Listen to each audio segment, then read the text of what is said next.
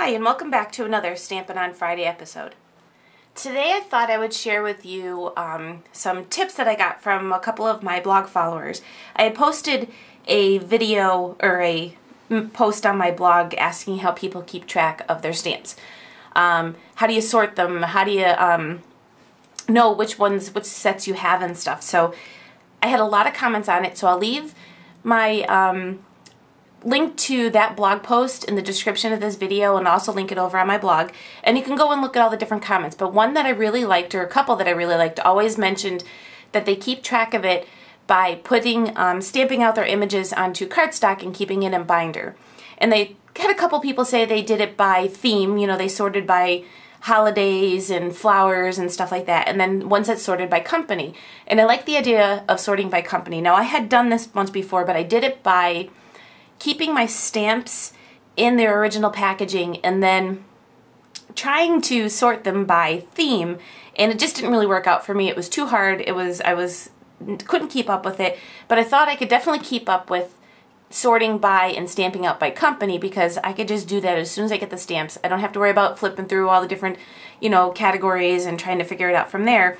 So I started doing this about a week or so ago, or 2 weeks ago, and I didn't really get much done. I just thought I would start by doing some of the ones that are on my Clip It Up, and when I was not really in the mood to craft, but had some time to be in my craft room, I thought I could work on this.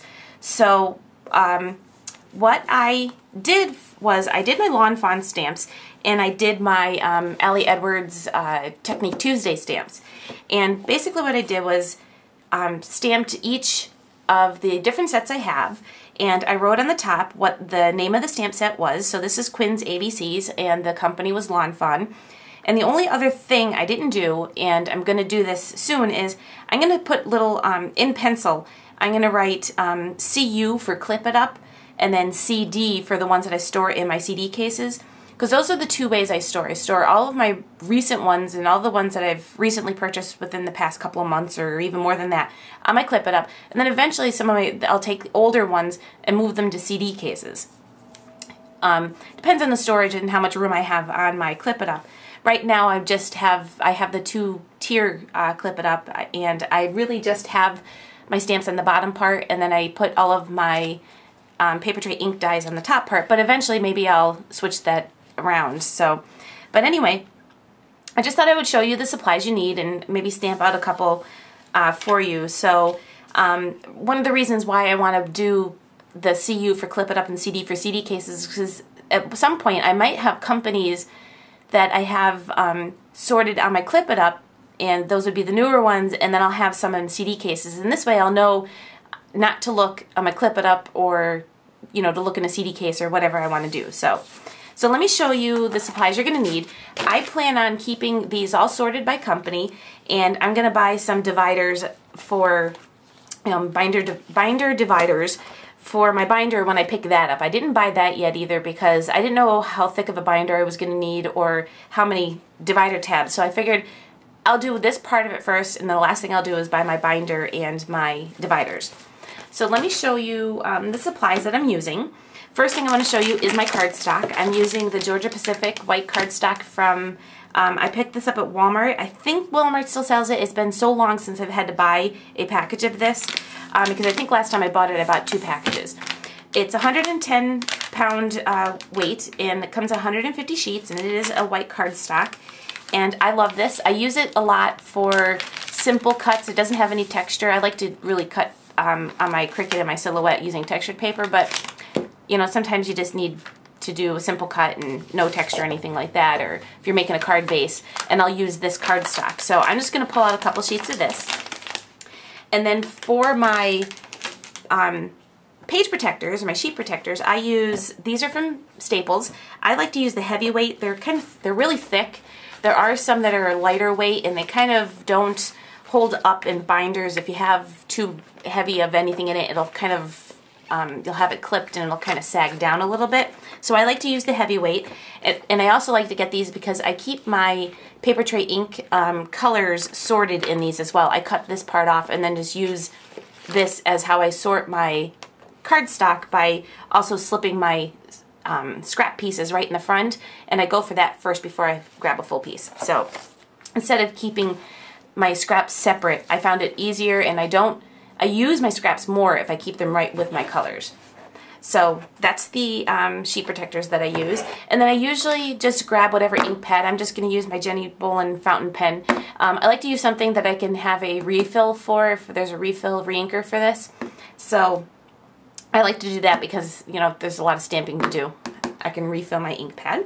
And then of course you're going to need your clear blocks if you have your, if you're doing clear stamps, and then, or cling stamps.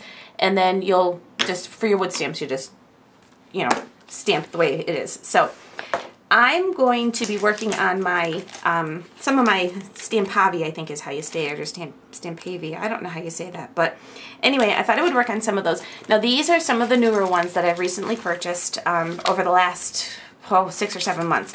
So they're all pretty much right here, like on my Clip It Up, and you can see the little clip is there for the Clip It Up. But then I have older ones in CD cases. So that's why I want to put CU or CD. So let me show you, and I'm just going to grab a pen or something to write with.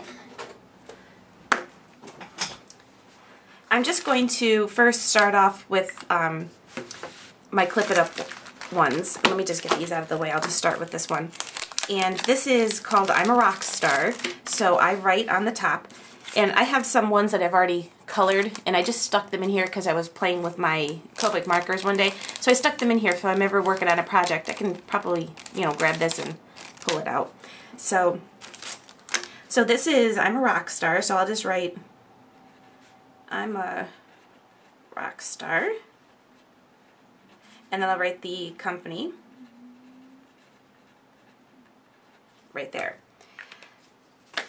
And instead of even taking this off the plastic, I'm just going to leave it right on the plastic. Oh, and you also want to make sure, I almost forgot about this, is that you have something to clean your stamps with. I like to use alcohol-free baby wipes, and I keep them in one of these little travel-size cases, and I think I got this at Big Lots for $1 or $2 or something like that. So, but I keep that handy so I can clean my stamps off.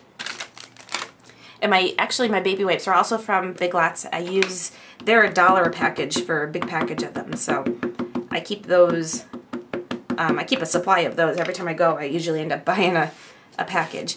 So I'm just going to go ahead and going right from my acrylic piece, and I'm not really care how clear the stamped image is. I'm just going to clean this off. Probably better if I grab this one. And I'll set that aside to dry, and then I'll just go on to my next one. So this is another Stampavi set. And since I already have Stampavi written on the top, I'm not going to go ahead and write the name of that again, but I will go ahead and write the name of the stamp set. And I could probably fit a couple of these on here, so I'm going to put this one over here.